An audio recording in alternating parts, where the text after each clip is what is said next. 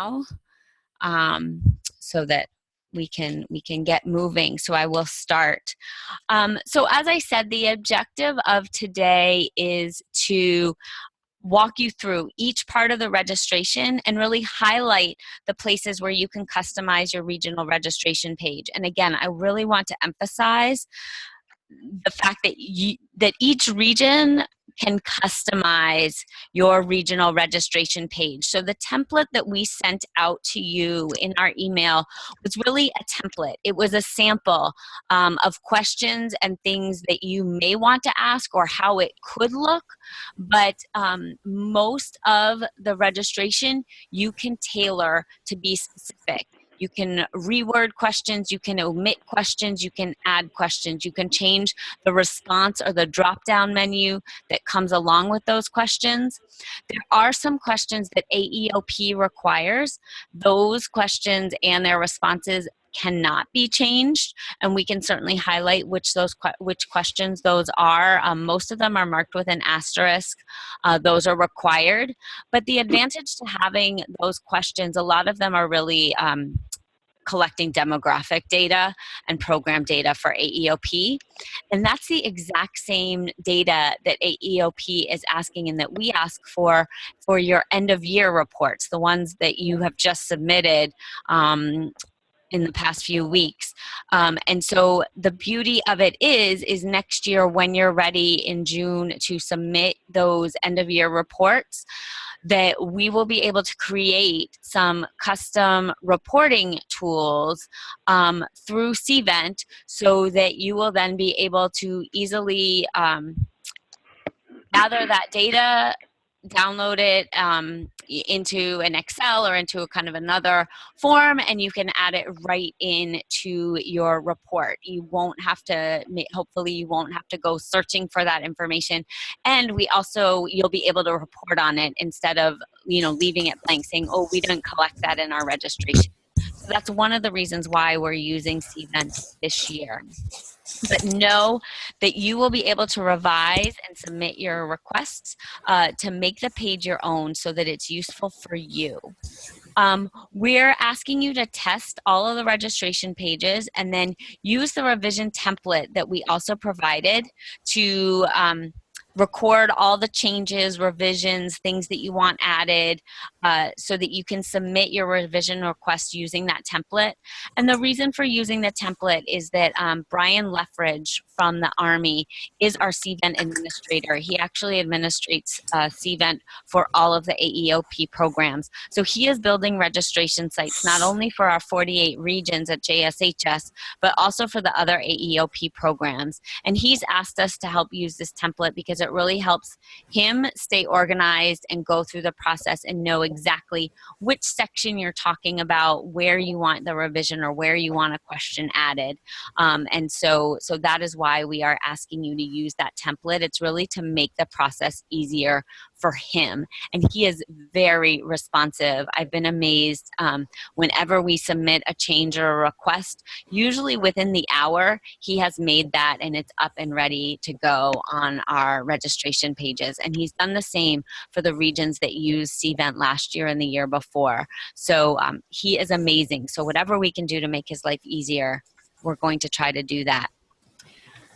So just moving along, I have a quick PowerPoint and then we're going to go right to the CVENT page to connect and so you can see how it works. But by the end of today, we really want you to have the tools that you need to create your own registration page and to submit your requests for edits and revisions. Again, the benefits of CVENT are that it can provide a website for your region. If you don't have an individual website, it can be used in that way to communicate, to give some basic information, as well as being the place where participants will register. It can collect critical data, which is used in our regional annual reporting. Students can upload abstracts and papers along with their application, so it's kind of one-stop shopping. They don't have to do that through another source, and you can kind of collect those things hopefully in a more streamlined manner. It also includes participation for permission and consent. So particularly for students who are under age 18, there is a place there for parents to provide that permission, but it's permission to participate in the event, permission to be a part of and participate in the AEOP evaluation survey at the end of your event. And also there is the media release, so that permission to have a student be photographed or videoed or things that you may be doing to, to publish and to kind of use for your outreach and recruiting materials. So all of that is in one place already for you. And then it also provides direct links to the AEOP program evaluation, which is a leading factor in funding the program. So the higher the response rate we get in that program evaluation, the better it is for increasing funding for the programs. Tina? Yes. Dave Grabowski here, Indiana Regional. Yes. I take it this is also the place if we have regional or state-specific permissions and media releases, college releases that we would need, we could add those here as well? Yes, so you would just send those releases to Brian, and he can add them into that section. Or create a new section in your registration page. And again, you can collect those and get the signatures or initials or whatever it is that you require so that you can get that all in one place. So you're not asking students to bring it with them or to send it separately, and you don't have to chase as much. Great, thank you. So benefits we think that you will find specifically as directors of regional programs is that you can customize this. Again, I can't emphasize that enough. You can view your registration data in real time, and we will, once your pages are built, you will get a unique username and password that will allow you to see your region's data in real time, and then you can start to access it and manipulate it and use it. It can collect those abstracts and papers as well as permissions. You can create custom and downloadable reports for administering your event. And it also will send automated emails to participants to distribute information. So if you craft those emails and let Brian know, which group of people gets those emails when people finish registering, they can get an automatic email to confirm their registration and to send them any other information about next steps or about your event. We'll go through that in a little more detail, but that's a really cool feature that a lot of directors have asked about. So we're really happy to report that CVENT has this capability.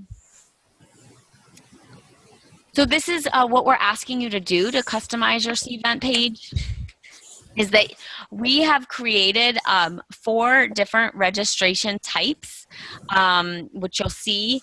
And what we need you to do is review and test all 4 types. So kind of pretend or be a fake student, a fake teacher, a fake guest, and a fake STEM professional or volunteer, because each one of the registrations has a few different questions. So the student registration is the most lengthy because it asks some specific questions about their projects, can ask them to upload that papers and abstracts, ask them a little more details in terms of their demographic information and their schools. So you'll see that if you register as a student, you're going to get some different questions that maybe if you register as another guest who might be a parent or a family member, won't need all those things. So that's why we have those 4 categories there. And on the first page of the registration, there's a definition or kind of a description of each of those 4 categories so that hopefully participants can read and say, oh, this is how I should register. I would be another guest, or I'm a STEM professional because I'm a judge. So I'm gonna register in that way. Again, you can add questions, you can omit questions unless they're ones that are required by AEOP, and you can revise them as you wish. You can also make any question required, and I'll show you how to do that, as well as some questions that we have required in the template that are not required by AEOP. You may be able to actually make optional, so I'll show you some of those as well. And then we're asking you to make a note of all your requests using that revision template that we talked about earlier, so that we can give it to Brian in an organized way that hopefully will make it easy for him to go through your registration template and create your specific regional page. So step one is to open the link here. And we'll do that in just a minute, but I do want to highlight a few things before I actually get to that page of the places that we really want you to focus on as you are going through this process. So the first page, as you'll see in a few minutes, will look something like this. We're asking you to add your logos. So if you can send me a copy of any logos for your host institution, for any partnering organizations or departments, anyone that you want to highlight, if you give me their logo in a JPEG or a PNG format, Brian will add them to the top of the page here, so it will kind of make your region stand out. Welcome to the Texas region, or welcome to the Michigan JSHS. And then as you go through, the things that we really need and that Brian needs to create a regional specific page, we've put in red text here. So welcome to the name of region, your host university, and the date and location of your 2017 regional event are also critical. So this is the type of information we need from everyone in order to kind of move forward, so that we're creating a specific page for you. There we go. Okay. So we call that page the registration homepage. It's a place that really has basic information about who can apply, how they apply, the details of the event, what's required to apply, what the awards are, all of those things. So, so things that we want you to focus on. This is a page that you really want to make your own, because each region may have some specific rules or policies about who can attend and participate. If some regions have a maximum number of students that they can take, others are unlimited. So if you have a specific number or a cap, you definitely want to kind of make that known, that we can accept 20 students, or maybe you accept 20 students to present in an oral competition. All others can present poster, whatever it is that your region does. This is the page that's going to explain that and present that to everyone. Along with your rules, how do students present, what's the timeline, what are your deadlines, all of those things. Awards, although we have some standard language to talk about the regional awards, the first, second, third place, that JSHS sponsors scholarships for those places. Some regions have other awards that are sponsored by their host university, or maybe other supporting organizations and community members that you may want to highlight. So there may be another scholarship for the top student who, if they end up attending that university. There are various things, but make sure that you can tailor that language to reflect what your region does. And the other last point I want to make is that it's really important on this homepage to have the contact information for your region. So whether it's your name or someone else in your office, but who should someone call if they have questions? What's the phone number? What's the email? What are the contact information that you want to publish? And that should be at the bottom of your page as well. So you'll go through and add all this information to your template so that Brian can make your homepage unique to your region. Then we're going to ask you to test the pages, which I referred to a little bit earlier. We have those 4 registration type, and each type has its own unique registration questions. So we're asking you to do a test run for each type to make your own requests for revision. So again, the student registration questions are going to be slightly different than for a teacher or for an other guest. I think the other guest is the shortest registration with just very few questions, but the others have some specific questions that we need information for. And then you'll make revisions to fit your needs. The asterisk next to questions indicates that it's a required field. Some of these are the AEOP required questions and cannot be changed or adjusted in any way. But there are also questions that you want to make optional that we've made required or vice versa. So just ask. You know, if you write something in your revision template and it's something we cannot do, we'll let you know and we'll give you the reason, you know, why we're not able to change that. But most things are going to be able to change.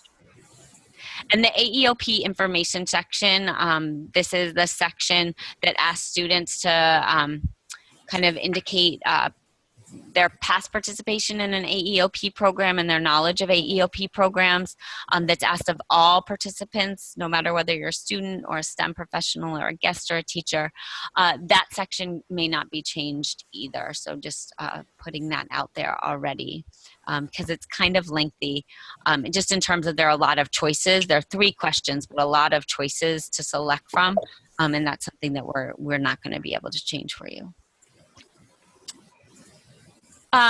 So these are the pages that are going to, these are the sections, I'm sorry, these are the sections that are going to appear on all 4 registration type registrations. Contact information, the demographic information, although it changes, the number of questions may change from registration type to registration type, but I think there is a demographic information section on almost all pages. And participation arrangements, which is really the section that's asking about how to plan your event. So, you know, if people have dietary restrictions, if you have an overnight event and you need to collect requests for accommodations and figure out that, you can ask questions about, do you need accommodations? Where are you planning to stay? What are your travel plans? You know, all of those sorts of things. The participation arrangement section is there for those questions. But you may want to consider, or we recommend, that you try to keep the questions as consistent as possible in those sections so that the contact information is collecting the same contact information for all 4 registration types. Or in your participation arrangement questions, most of your questions are going to be the same for all 4 different registration types. Certainly you can add a few unique questions in if you need to, but these are areas that probably you're going to want to be consistent. And then, Dave, this is where you were referring to earlier, the AEOP privacy and evaluation policies. That section provides the consent and collects consent to participate from all registrants. There's a little toggle button, you know, that asks if you're 17 years old or under. And when you click on that, you get a much longer page because it requires some parent guardian information to be entered and permission to be given because they are under age 18. If you click that you are 17 years or older, then really it's just asking the participant to provide their own initials to give consent to participate. And again, the AEOP evaluation and permission to participate in that survey, AEOP just asks that participants are notified of the permission to participate in the AEOP evaluation in order to be able to do that.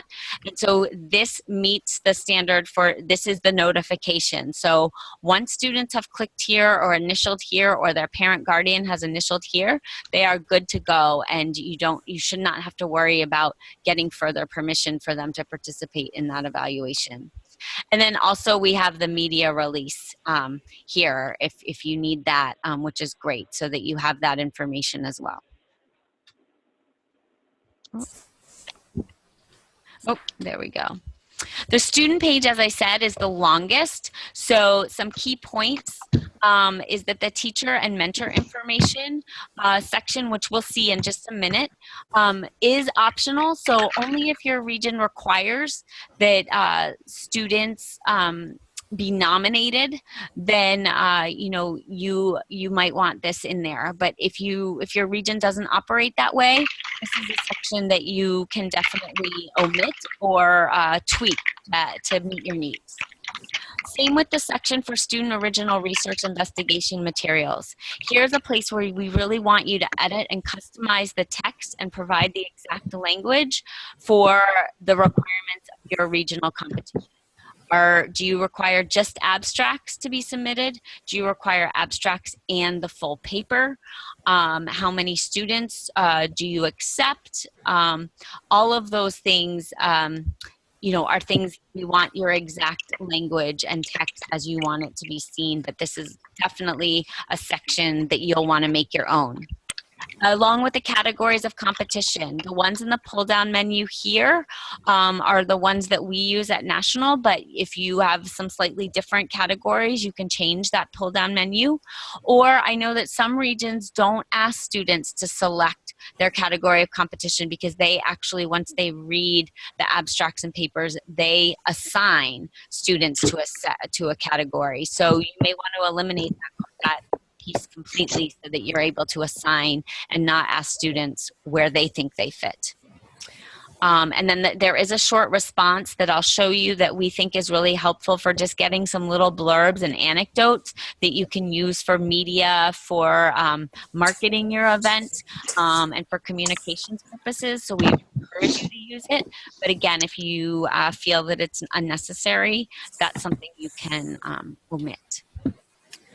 On the teacher page for a teacher registration, some regions require teachers to nominate students, and some even have restrictions on how many students can be nominated by a teacher or come from a school. So this is, again, a place that regions will want to be very specific based on what your region does.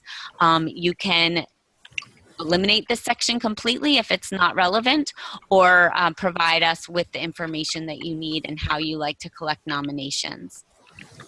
And we also ask for some school information that we recommend because it helps us collect important demographic data that we use for outreach to schools and to teachers and for future support of the program. On the other guest page, the registration, this is a registration for all guests, so family members, school representatives who are not attending as an official chaperone. So sometimes, you know, while the teacher may be going as a chaperone, a principal or someone else from the school may want to go just to support or to be an observer. So they would fall into this category. Anyone who doesn't have an assigned role is really considered another guest. And under a participation arrangement, many regions requested that we put a question that asks for the name of the student with whom the guest is affiliated, so you can kind of connect those two. And so that question is there if you want it. And then our final category is the STEM professional and volunteer page. This is anyone that has an actual role in your event. So judges, moderators, lab tour hosts. So it may be professionals in STEM, professors, members of academia, members of the community who are brought in to speak or present or judge, or some have a role as that.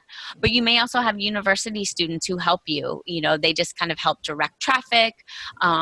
They might run a session or do a panel, question and answer panel with students, or they may be lab tour hosts or campus tour hosts. So all of these people would register under this category. There is some additional information that AEOP requires to gather information on who in the military is participating and supporting the programs. And so you'll see that there is a question asking about military involvement. And if you click yes, you're associated with the military, then several other questions appear.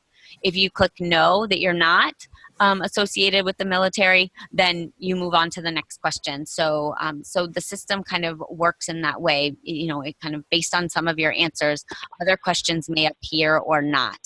And this is a place if you want to add your own questions here as well, you can.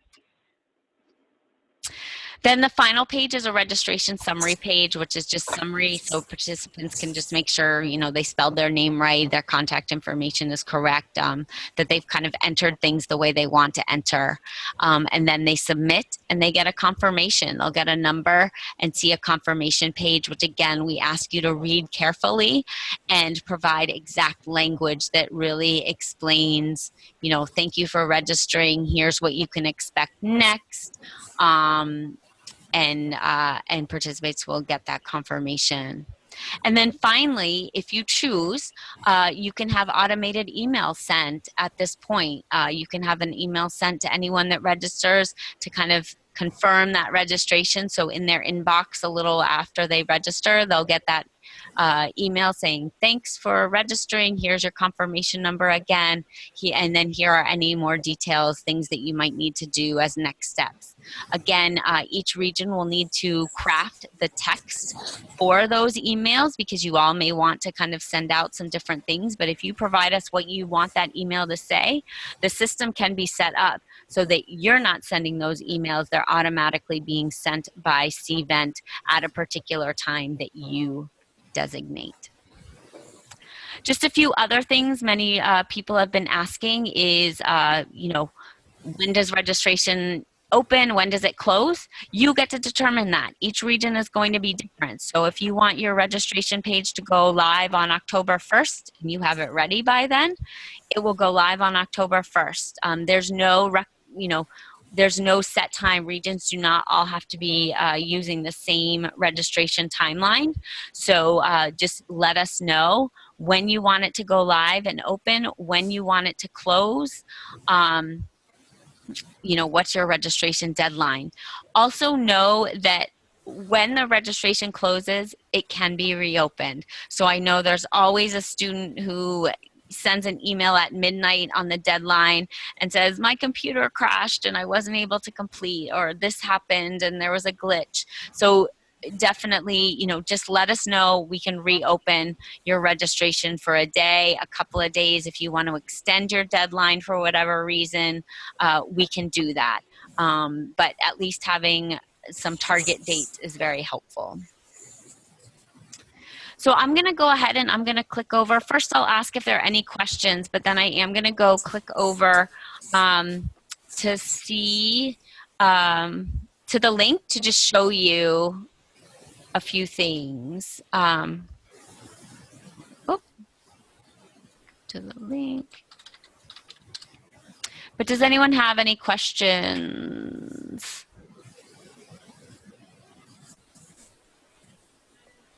None in the chat box.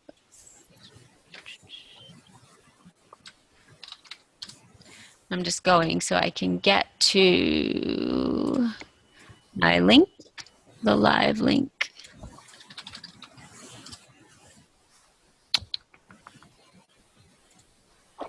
There we go. Just how you would do it. Through the email that we sent, you click on that live link, and here is the regional registration page. So just like you saw a few minutes ago, this is your home page. We're asking you to send us your logos, fill in all of this information. And this is a pretty lengthy page, but again, you can customize who attends JSHS, what are your regional rules, policies.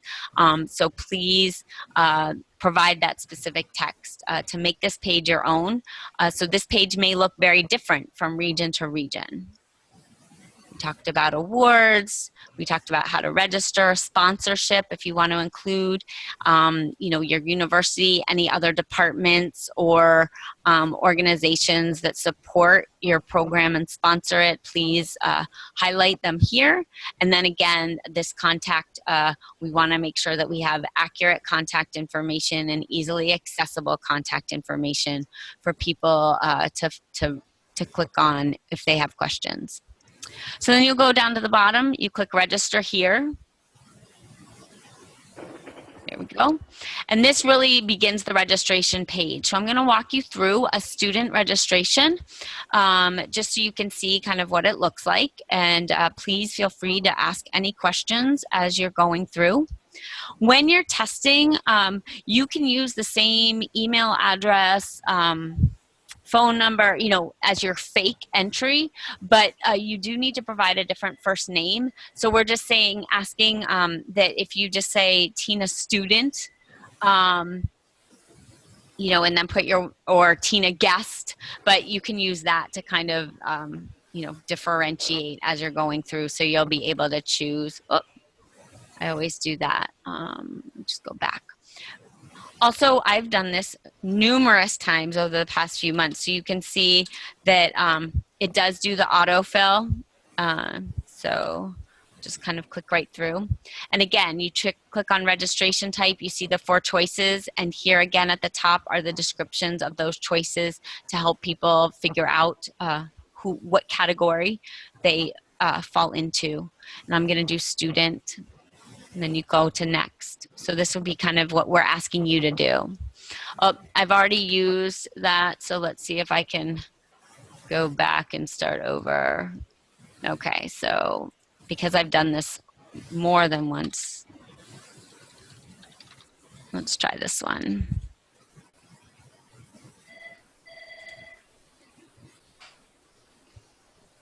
It's gonna think, there we go. Oh.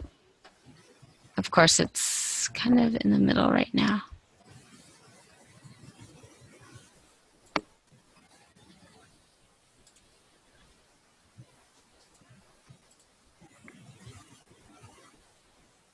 It's thinking.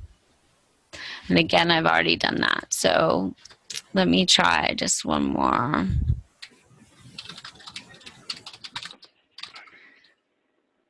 So I apologize for these technical glitches, but it's only because I've been doing this so many times. So what? Okay, I'm gonna try Sarah's.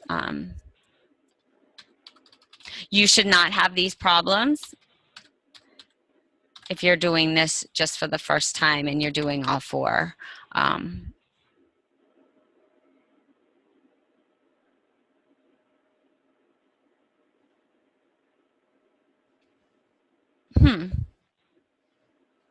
Okay.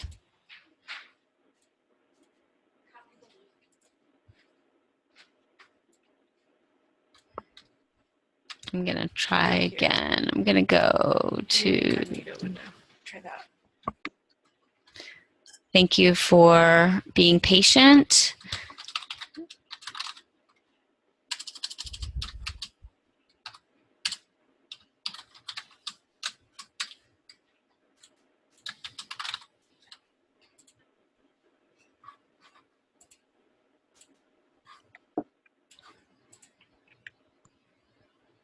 There we go. Okay. Just have to do it enough times. So now this is what the student page will look like. Again, the student registration is the longest of all 4 of them, but we're asking for contact information. Name for a name badge is required. You can make this as something that you could make optional if you wanted to. Address.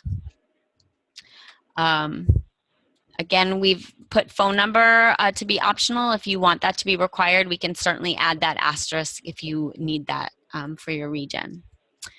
For the demographic information, this first question that's an asterisk, the first initial, last initial birth date, is actually an AEOP required question only for students. It won't appear for the other 3 categories. And it's so that AEOP can track students if they're going through the pipeline of AEOP programs. So they're really looking to see, did a student participate in maybe an earlier AEOP program while they were in middle school, maybe something like GEMS or eCyber Mission, or also, you know, if someone did JSHS and they go on to register later or apply for an apprenticeship program, you know, it will capture that information, and you know, it'll have that information saved. And so that's what this this question is for. This is one that trips students up because despite having the example here of what to do if your name's John Smith and your birthday's January 5th, 2003, you're going to enter JS 01, 05, 2003. This question still seems to get a lot of students. So We're trying to make it as clear as possible as to, with the example, as to what to do, but there may be some questions there, and we'll try to make it as easy as possible. Again, we're asking for grade level. Again, you can just, you can just fill it in. This is where you're kind of being a fake person, so do whatever you want. The question about school location, also school location may not be the best term, but when you pull down the pull down menu, it makes a little more sense.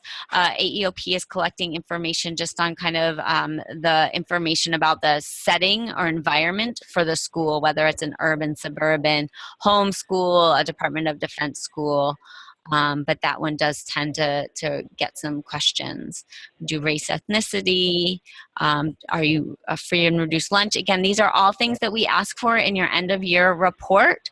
So, you know, now you'll have that information all captured and you can easily download it when it's time to report to get those numbers. The AEOP information section, this is one that we highlighted as being required by AEOP. AEOP is just looking to see about previous program participation. For your test, just click anything. You can always choose not to report for all. So people have the opt-out there, but you have to check something to move on. And then you just click Save and Next at the end of every page to move on. Here are the questions about the AEOP privacy and evaluation policies that are required. And here's what I was meaning. If you say, if you are 17 or younger and you say no, then you get a pretty short box here that you just enter your own information, your own initials, because you're an adult and can do that for yourself. If you click that you are 17 or younger, you'll see that there's a little bit more in that it will ask for the parent and guardian full name and some information which is required. So again, so I'm giving permission. I do give permission for the media and photo release. So Dave, this would be a great place if you want to add any additional consent that you might be required to have through your university, through your own organization or own regional, you can add that. You can get that added here or have a link to it, whatever you prefer, so that you can collect it all in one place. The teacher. Yeah, the teacher and mentor information, again, this is a section that's going to be unique from region to region. You may require this, you may not, so you just let us know.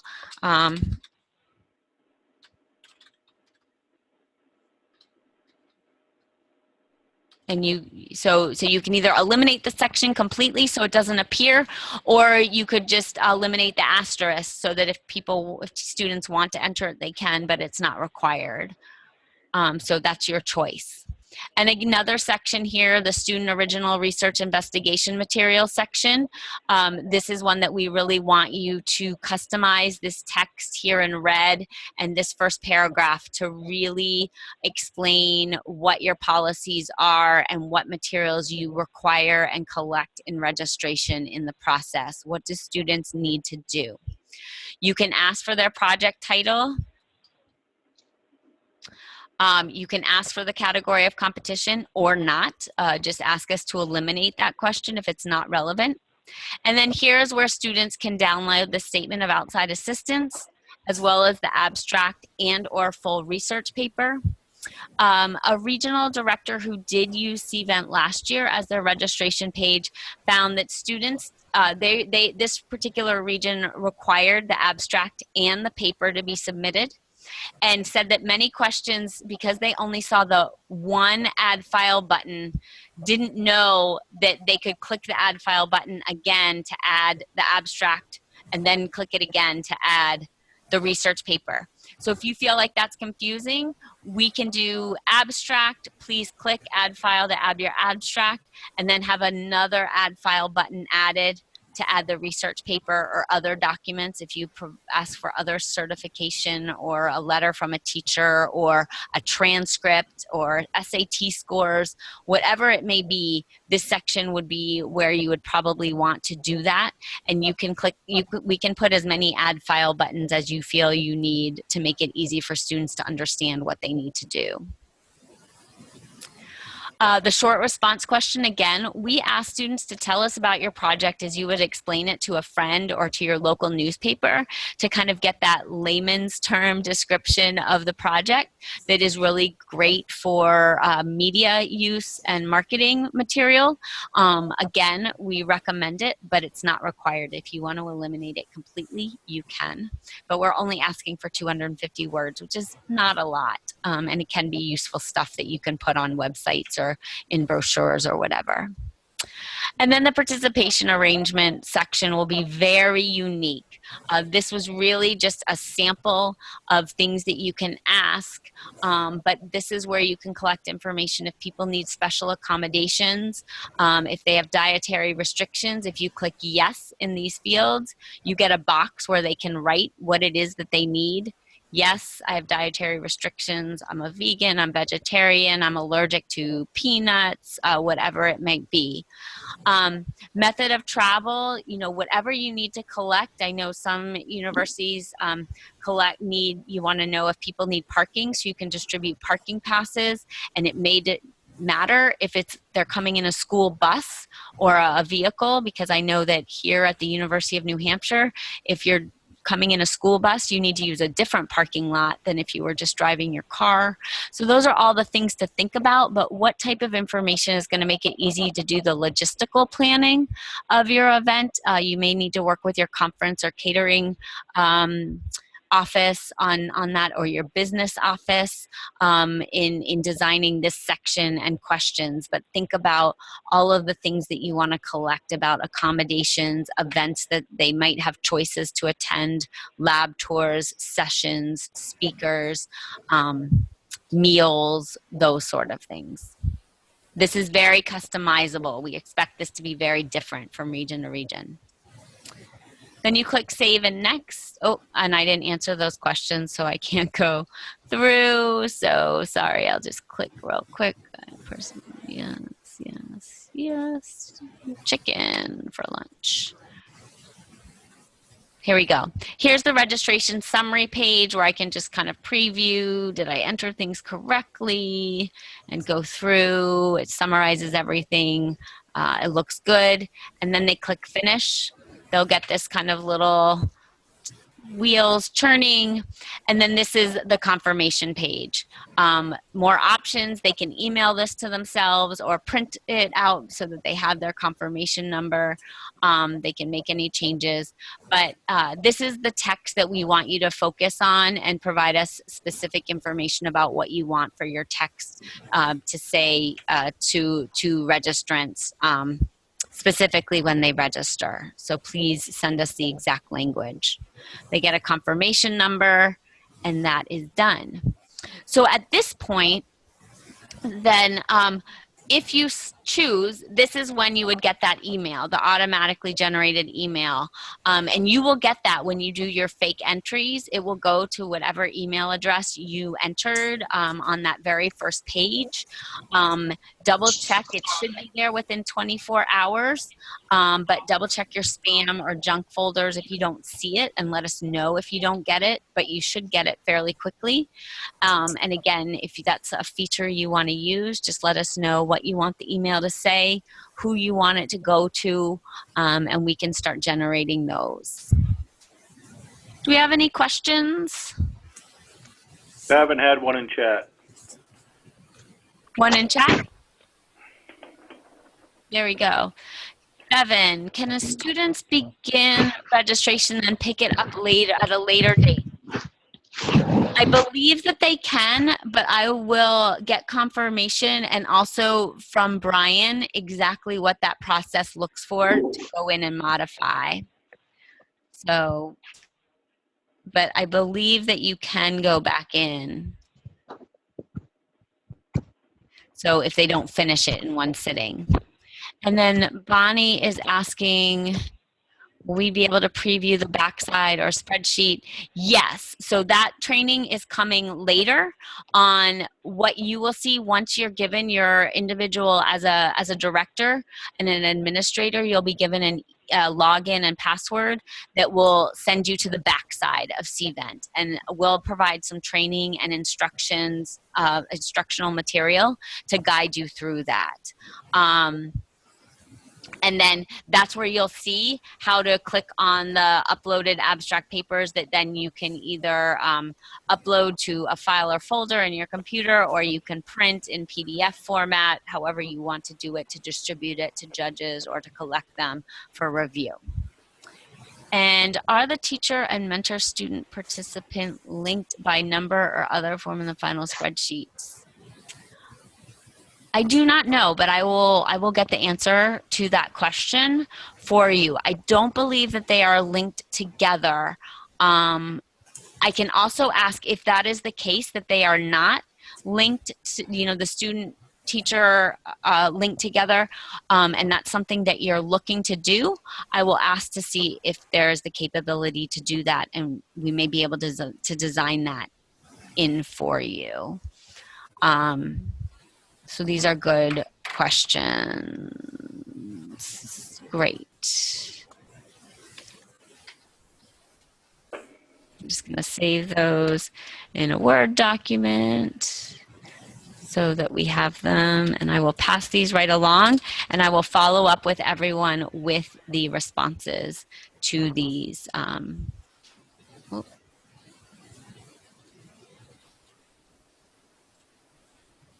Great. Okay, and so what I'm going to do now is quickly go back to, let's see, exit here. And I'm going to go back because I do want to show you the teacher page and what it looks like as a teacher, because there are some specific things that you may find helpful. Oh, go. Oh. That's it.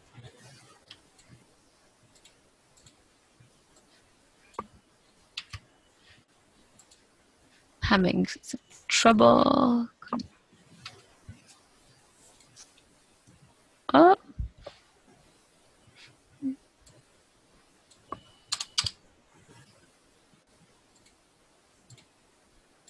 Oops, Sarah, what's going on?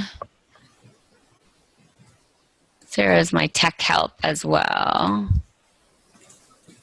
I'm trying to go back to do a teacher registration, but it's not letting me. I did, and then it said we are unable. There we go. Okay, thank you. All right, so again, you get the same, oh, but see, I'm not getting the register here. Stop.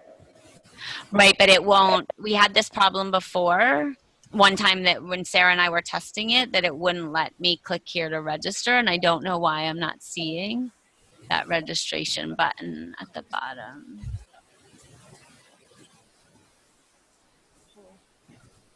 Keep that open. Close that. I'm gonna try here. There we go. Now we're back at the invitee information page. I just wanna change this to teacher to show you a few differences. Oh, it's gonna do it again.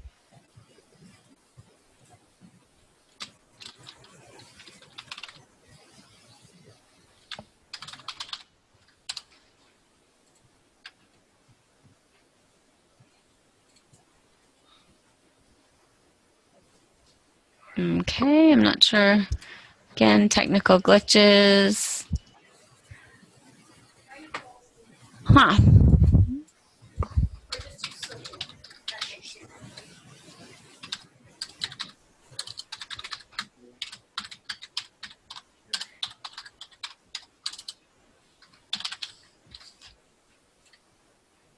Of course, it's only when you want to try. Yeah, let's try. Let's try this totally.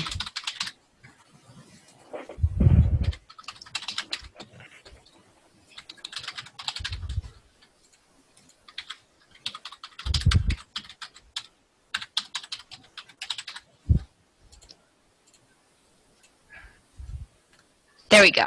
Okay. So here's the teacher page. Again, the contact information page is very similar.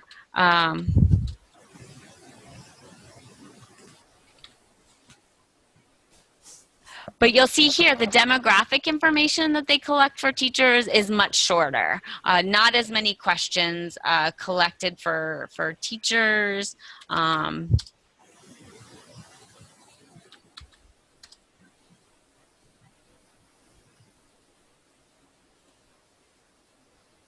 Okay, and again, it's asking for these AEOP questions, which appear for everyone. They're the same ones that are required.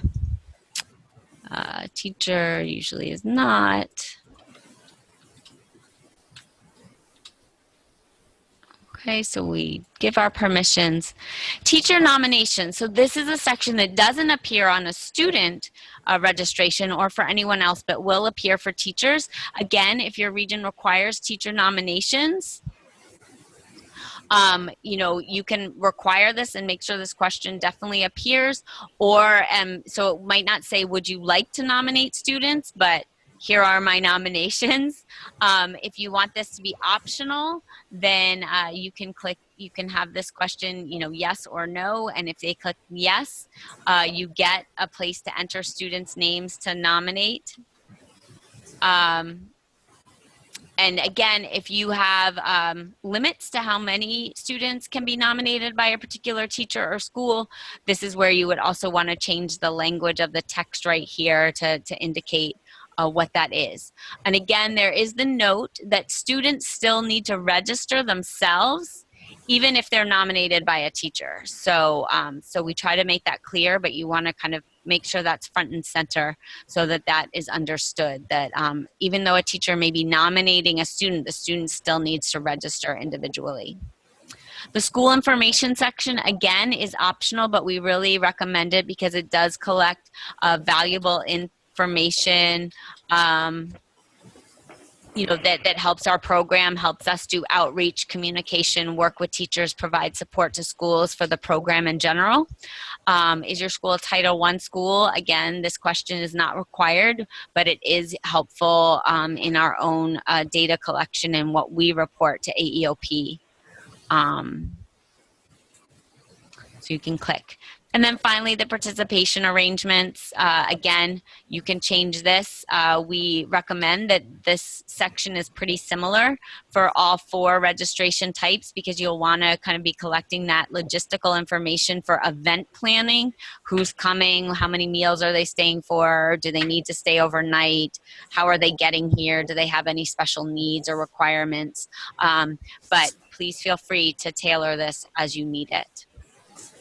And then just very similar, you click Save and Next. Again, I didn't click that information, so it won't let me go further until I do, because it was required.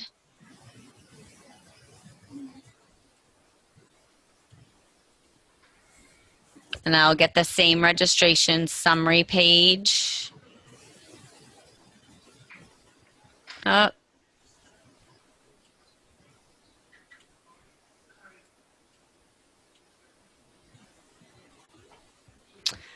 And then I click Finish again, and I'll get that confirmation page with a new confirmation number because I'm a teacher now, not a student.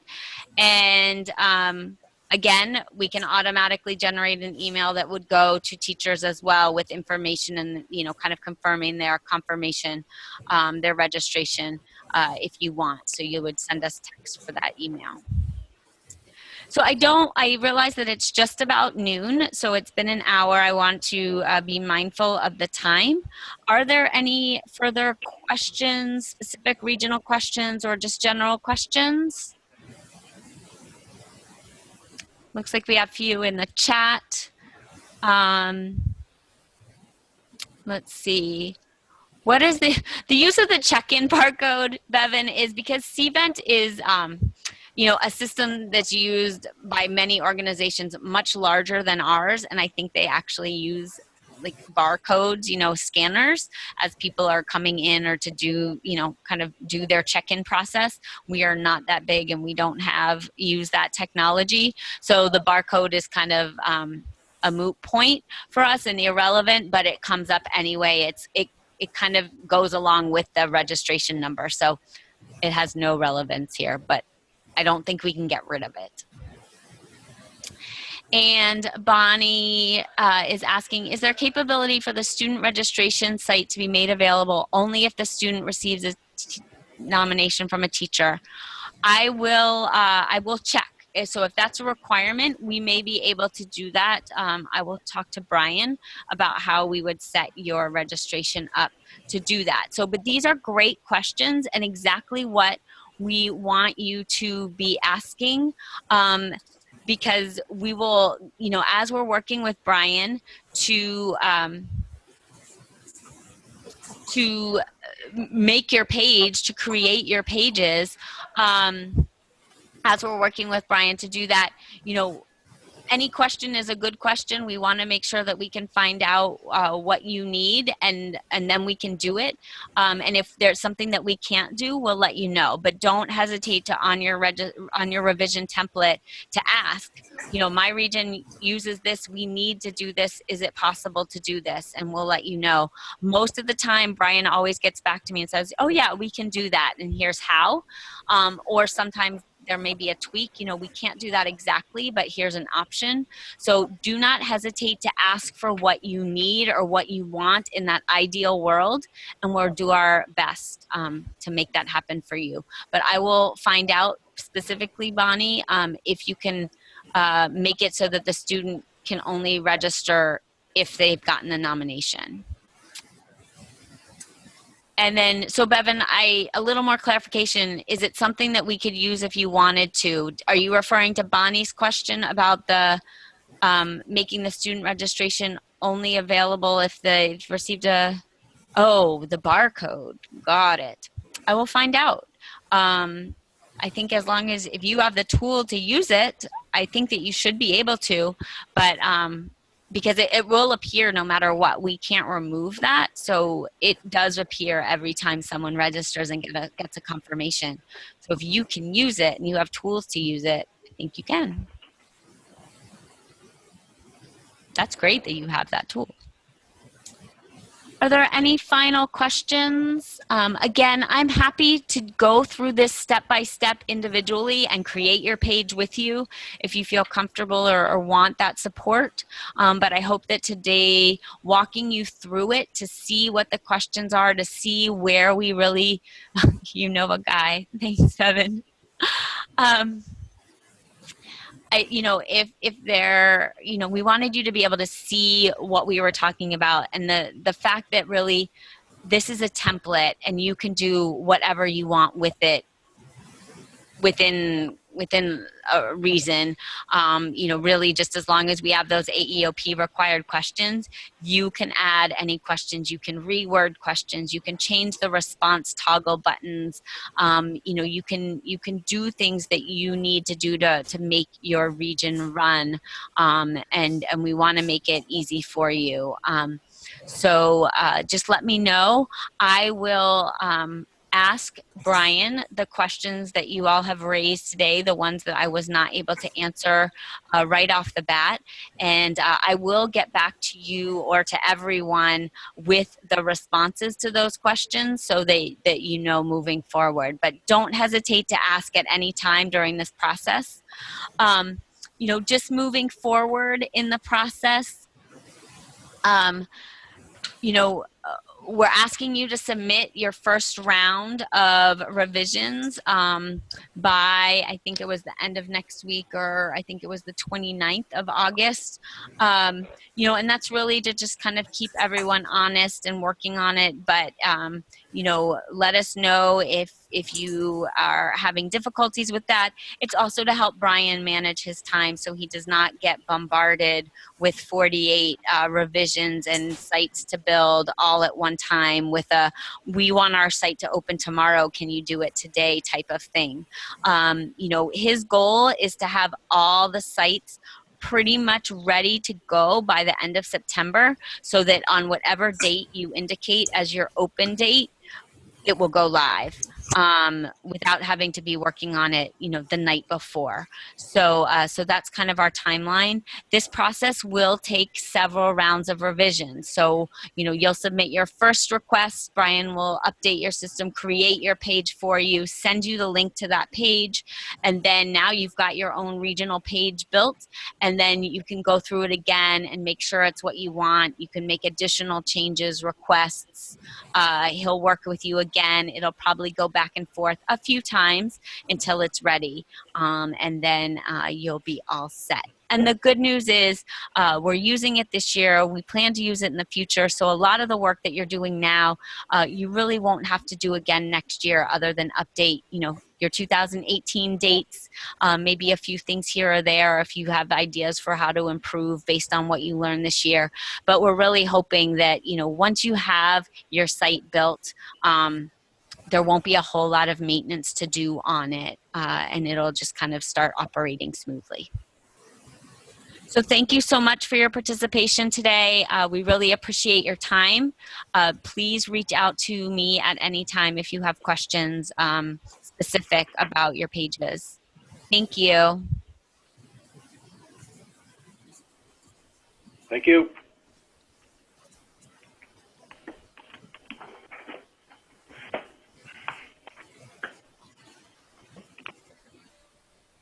Great. So I'm going to end the call now. Have a great day.